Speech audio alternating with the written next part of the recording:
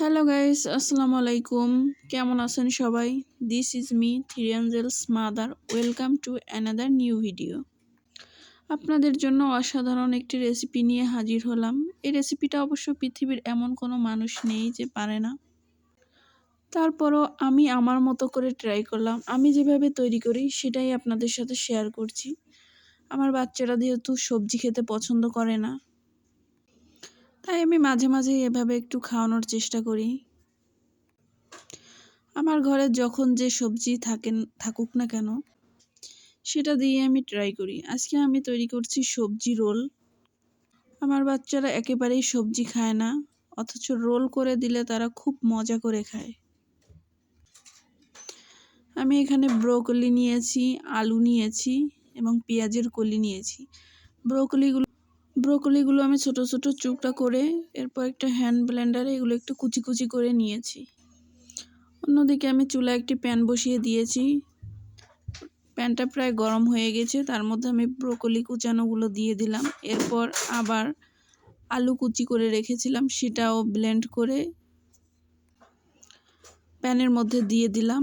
পরে এটা মিক্স করে নেব। দেন আমার আরও কিছু আলু কুচানো ছিল, সেগুলো আমি আবার ব্লেন্ড করে নেব।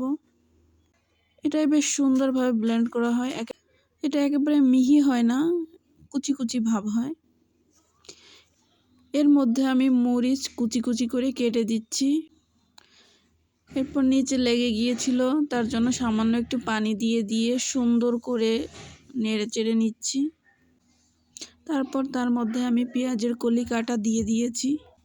যেহেতু পেঁয়াজের কলিটা একটু নরম থাকে, এজন্য ওটা আমি পরে দিয়েছি।